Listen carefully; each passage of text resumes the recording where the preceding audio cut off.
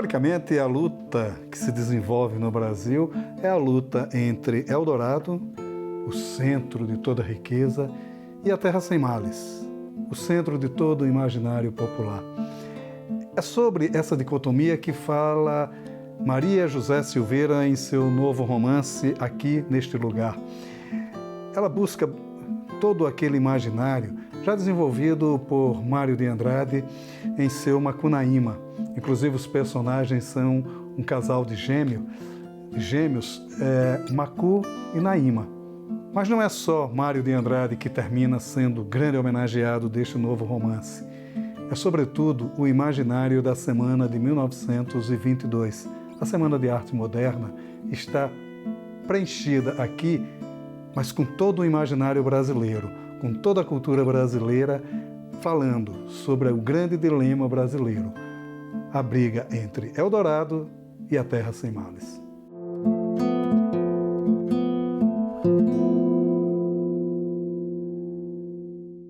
Zezé, Aqui Neste Lugar, que é o seu novo romance, ele parte de duas grandes homenagens. Primeiro, uma homenagem ao imaginário da cultura indígena, né? E segundo, ao próprio Macunaíma, ao Mário de Andrade, a visão que o Mário de Andrade tinha desse imaginário. Como é que foi a gênese desse romance e como é que foi pensar esse imaginário, trabalhar esses elementos? Olha, Maurício, esse livro realmente ele tem um começo assim bem diferente de tudo que eu já escrevi. É um livro com outra linguagem, outra maneira de abordar a situação que eu estou descrevendo.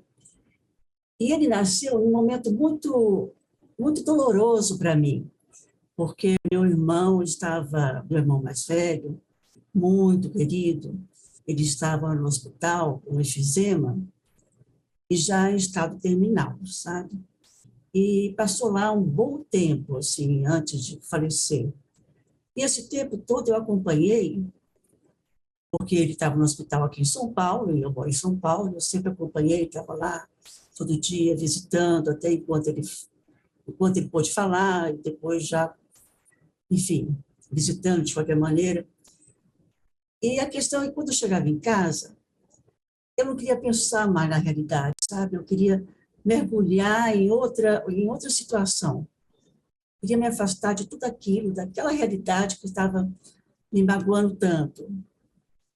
E aí, pela primeira vez, eu fiz isso através da literatura. Eu pensei, vou escrever um livro que se passa num outro momento, em outra coisa, com outra linguagem, com os mitos e lendas do nosso imaginário, para me poder, para me tirar dessa angústia que eu estava vivendo, sabe? E aí comecei a escrever esse livro. E o Mário de Andrade, ele entra porque é um autor que faz parte do meu cânone particular. E ele escreveu, tanto Macunaíma, como ele escreveu também, ele tinha muito amor, né, por essa cultura indígena. Mas o livro não é só indígena, né? Tem muitas lendas ali que vieram da minha infância, realmente. Um pouco ali daquelas lendas, eu sabia por leituras, e eu sou antropóloga, de formação em antropologia, e tinha todo já um panorama de mitos, né, e lendas brasileiras, tudo isso. Além da minha infância também ser muito rica nessas histórias. Então, eu comecei a escrever, misturando um pouco as coisas, e quando eu vi, realmente era um livro que estava aparecendo Mário de Andrade a todo momento, né, na minha cabeça. E aí surgiu o personagem principal do livro, que é o Macunaíma, que eu dividi, né, o Macunaíma em um casal de gêmeos. E a narradora também é uma personagem do Mário de Andrade, que é a Cid do Mato, né? Que se transformou na estrela Beta Centauro. Aí eu falei, poxa, essa estrela, a Cia, lá em cima no firmamento, vai ser uma ótima narradora, porque ela vai poder ver tudo que está acontecendo aqui embaixo, sem ter que explicar muito, né? Então, ela entrou de narradora. E quando eu vi, o livro estava... Eu fui escrevendo realmente um livro sem pensar em nenhum planejamento, sabe? Assim, nada. Eu queria escrever uma história que me afastasse da realidade que eu estava vivendo.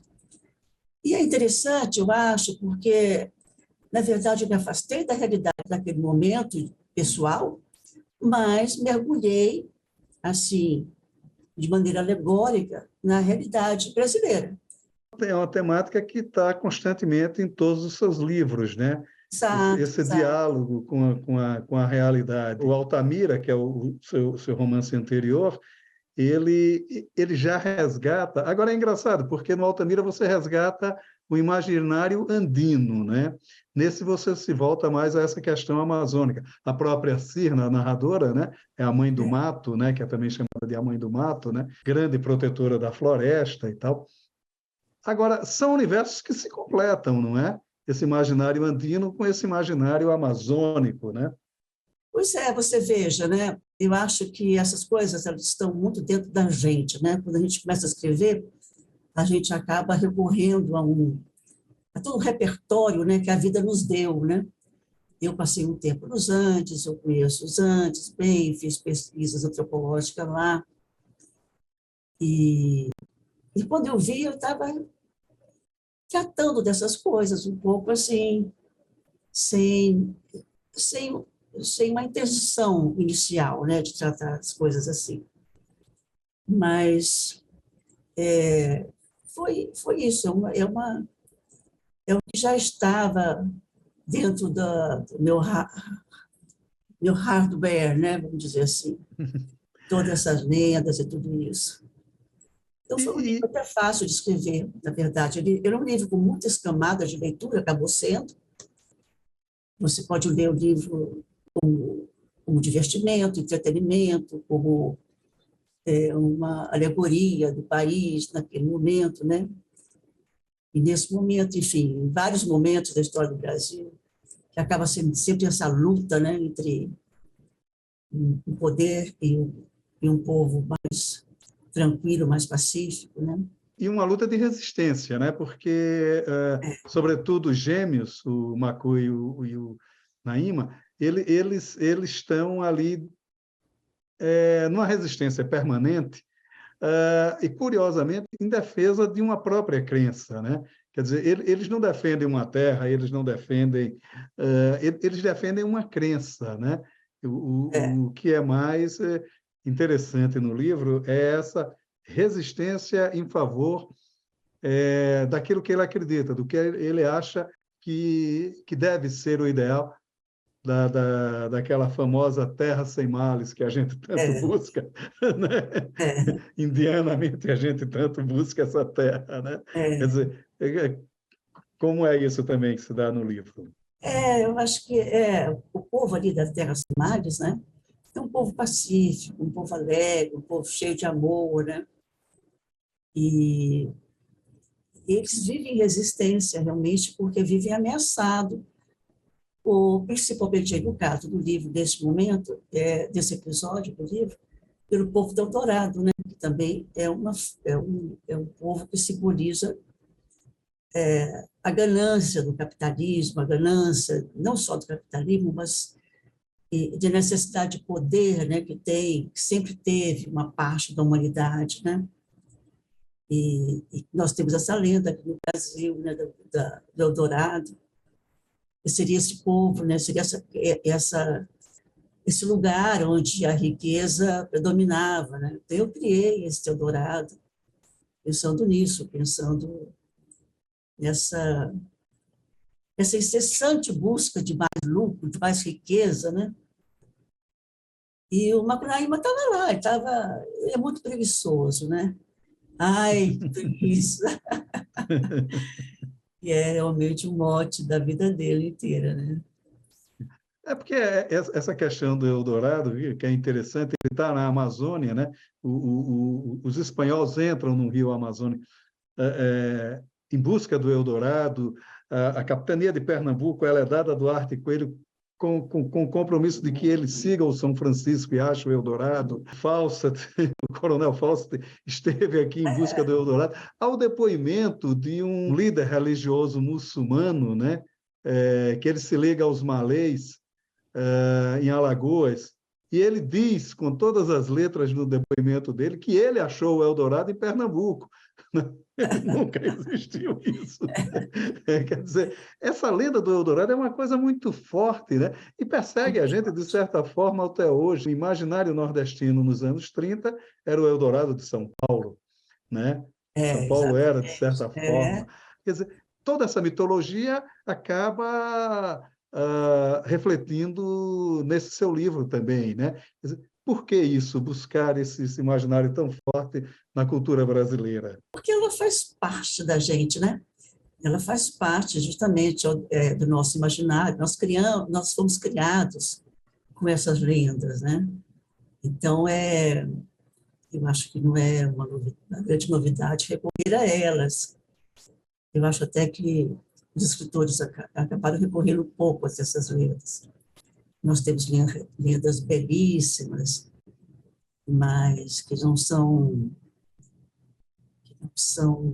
desenvolvidas, né, para os escritores.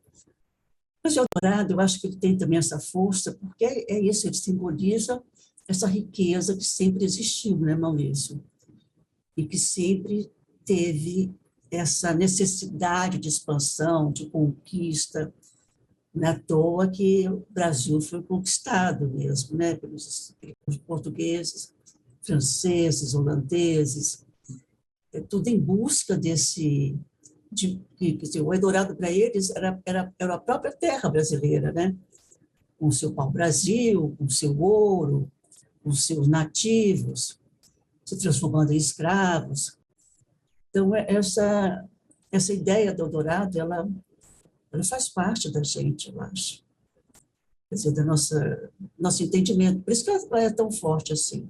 O reflexo disso na sociedade atual. Você é uma escritora contemporânea, claro, e todos os seus livros, a gente percebe muito isso, todos os seus romances, ele sempre reflete o momento em que eles foram escritos. O Altran Dourado, uma vez, no depoimento, ele disse uma coisa interessante, ele disse, eu sou escritor porque eu leio os jornais todos os dias. Né? Você me parece muito isso. É escritora porque lê os jornais todos os dias. Aqui neste lugar, ele aparentemente foge dessa busca de refletir a realidade, mas ele acaba refletindo entre uma luta de resistência fundamental do povo contra um poder instituído. Né? Quer dizer, o livro também estaria dentro dessa corrente, dentro da sua literatura. É isso mesmo? Acho que sim. Acho que sim, porque, por mais que eu não tenha pensado nisso, né, como eu falei, eu queria realmente fugir da realidade, mas a gente nunca foge do que a gente é, né, Maurício? Então, eu acabei escrevendo também um livro que trata desse conflito eterno, né? Espero que não, mas esse conflito que perpassa a nossa história toda, né? Entre uma coisa e outra, entre a riqueza e os povos nativos, e negros, e brasileiros pobres, entre uma outra cultura e a cultura que era uma cultura brasileira mais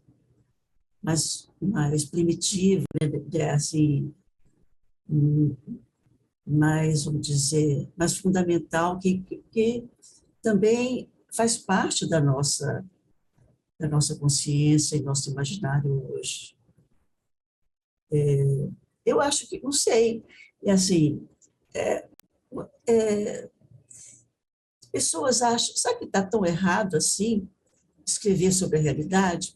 Algumas pessoas acham, né, que isso não deveria ser feito, deveria ser feito de outra maneira, não sei, dá uma crítica, né?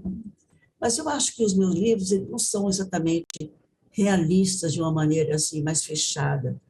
Eu acho que eles partem da realidade para propor uma outra coisa, para propor um entendimento delas que talvez o leitor não tivesse antes. Há uma coisa interessantíssima, o Coração do Cerrado, ele denota isso também, que é a busca do diálogo com esse imaginário que estaria fora dos cânones, né? Você radicaliza, digamos assim, neste novo romance, esse sentimento, porque aí você vai além, né? Além dos mitos amazônicos, já trabalhado pelo Mário de Andrade, que a gente já falou aqui, você traz um tanto da mitologia caiçara, da mitologia nordestina mesmo, do Cerrado, né? O Cerrado está presente, né? Está presente. Você, você É, como boa goiânia, você nunca consegue se desligar disso. tá.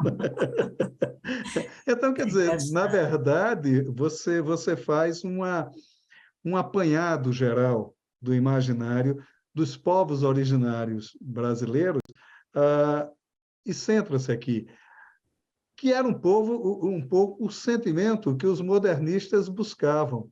O livro terminou saindo também como uma espécie de homenagem ao centenário da Semana de É, 22, né? Quer foi dizer, coincidência. isso não foi uma coincidência? Foi uma coincidência, porque eu não tinha pensado. Inclusive, o livro foi escrito antes de começar a se falar do centenário. Ele já estava escrito na minha gaveta há um tempo, até que eu decidi enviá-lo para uma editora, porque eu não sabia como é que a editora iria reagir a esse livro, né? Mas a editora reagiu muito bem, e os leitores também têm reagido muito bem, têm gostado do livro, têm, né, me dado uma resposta, um feedback assim bem interessante. Então, eu estou feliz com o livro, porque é isso que o leitor busca, né, Maurício? Assim, eu, pelo menos, eu escrevo para os leitores, para que os leitores tirem do livro tudo que ele pode oferecer. Eu acho que isso tem acontecido como aqui neste lugar. Interessante do livro é que o enredo dele acaba se construindo aos poucos, me parece muito, que os próprios personagens acabam indo domando o enredo, né? Como ele se forma, a necessidade deles saírem da terra, a necessidade dessa busca, a necessidade dessas defesas todas. Há quase que um sentido no livro que ele vai se construindo à medida que vai sendo escrito, né? O que me parece ser uma novidade na sua literatura, né? Eu posso estar errado sobre isso, isso é a opinião do leitor. É essa a novidade que esse livro traz dentro da sua literatura? Na verdade, ele foi escrito realmente sem nenhum planejamento anterior, né? Como, no geral, os livros têm. Eu faço muita pesquisa, em geral,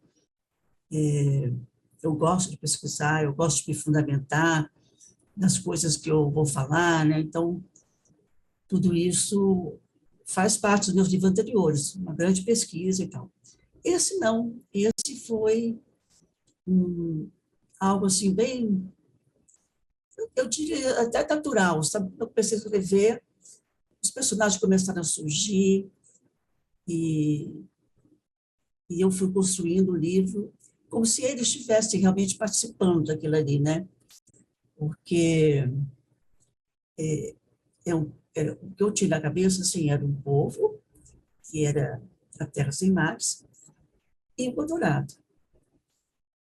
E como para atacar a Terra Sem Mares, que eles queriam saber qual o segredo dessa Terra Sem Mares, o que era isso que fazia a felicidade desse povo. Eles achavam que era uma riqueza material, quando na verdade não era, né? Era uma riqueza espiritual. Mas ao pensar em conquistar aquele povo, eles precisavam de ajuda. Eles eram muito ricos e tinham um exército muito bom, mas eles sabiam que as Icamiabas, né, que são as Amazonas também conhecidas, elas iriam defender o povo como sempre defenderam. Elas eram, vamos dizer, o bloqueio contra a chegada até a Terra Sem Mares. Eles precisavam, então, de organizar mais esse ataque que eles iriam fazer. E, com isso, foram surgindo os personagens que iriam defender a Terra Sem Mares. E aí entra a própria natureza, a própria terra, né, que se abre em determinado momento, e os seres do nosso folclore, né, como o Saci, Curupira, todos eles participam, né, os monstrinhos ali, as abelhas, a natureza toda participa, e principalmente o Iboitatá, né, que é a rainha das águas, a deusa das águas, e tem assim uma chegada triunfal ali, né, para proteger a Terra Sem Mares. Então isso é uma alegoria, uma metáfora, né, do que nós estamos vivendo hoje também, né, Maurício, com essa tentativa, esse descaso com o meio ambiente, esse descaso com a nossa natureza, né? Essa tentativa de destruí-la cegamente, é uma coisa que assim, quase que eu tenho dificuldade em entender como a humanidade está à beira da extinção e não percebe isso. Claro, tem várias medidas que estão sendo tomadas, mas são medidas que acabam sendo quase insignificantes, né? Um país participa, o outro não. O Brasil, por exemplo, não participava de nenhuma delas. Pelo contrário, né? Nesse governo que passou agora, o desmatamento amazônico atingiu recordes e recordes. A extinção do cerrado é uma coisa que está acontecendo.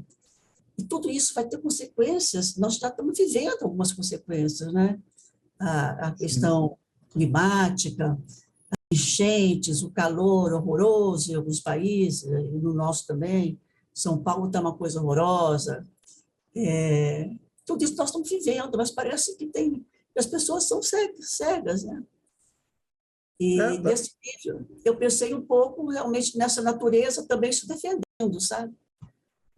Que ela vai se defender mesmo, vai se defender de uma maneira horrorosa, né? Nos matando, né? Não nos defendendo, né? A Ilíada tem uma passagem muito interessante quando os deuses gregos são evocados para defender Troia, né, e tal, tem aquela passagem. No seu caso, são os nossos deuses defendendo a Terra Sem Mares, né? Eles foram evocados. Né? Todos os nossos deuses aí da nossa natureza, né, defendendo. Vai chegar um momento, já está chegando, né, em que a natureza vai ficar muito irritada e não vai mais defender ninguém, só vai querer acabar com a humanidade, né? Eu sou muito preocupada com isso. Tanto que o meu novo livro, Farejador de Águas, que se chama, que se passa no Cerrado, é um livro sobre a questão da água. O Cerrado é importantíssimo para as águas brasileiras, né? Ele ajuda a formar os aquíferos que abastecem as principais bacias brasileiras. E isso vem das árvores do Cerrado, né? Aquelas árvores tortas, retorcidas, elas que têm essa capacidade, elas são milenares, têm essa capacidade de colher a água da chuva e colocar e reter, levar para os aquíferos, né? Isso está sendo destruído, como é que vai ser depois? Há uma imagem muito bonita, né, de que o Cerrado, ele, na verdade, tem uma floresta sob a terra, né, formada pelas raízes, as fortes raízes das árvores do Cerrado, né? A imagem do Cerrado um cientista nosso, goiano não, mas ele trabalha há anos em Goiás, eu acho que é o que mais entende de Cerrado, do Cerrado como uma cumieira, né? A cumieira é o telhado da casa, né? Que daí espalha as águas por essas bacias importantes do país, né? E também eu acho uma imagem muito bonita. É isso. Zé, muito obrigado pela sua participação aqui no Leituras. Foi uma ótima conversa. E vamos esperar o próximo livro já. Eu agradeço muito, Maurício. Realmente, eu gosto muito do seu programa. Acho que Para mim é uma honra estar aqui com você. Muito obrigado. Tá?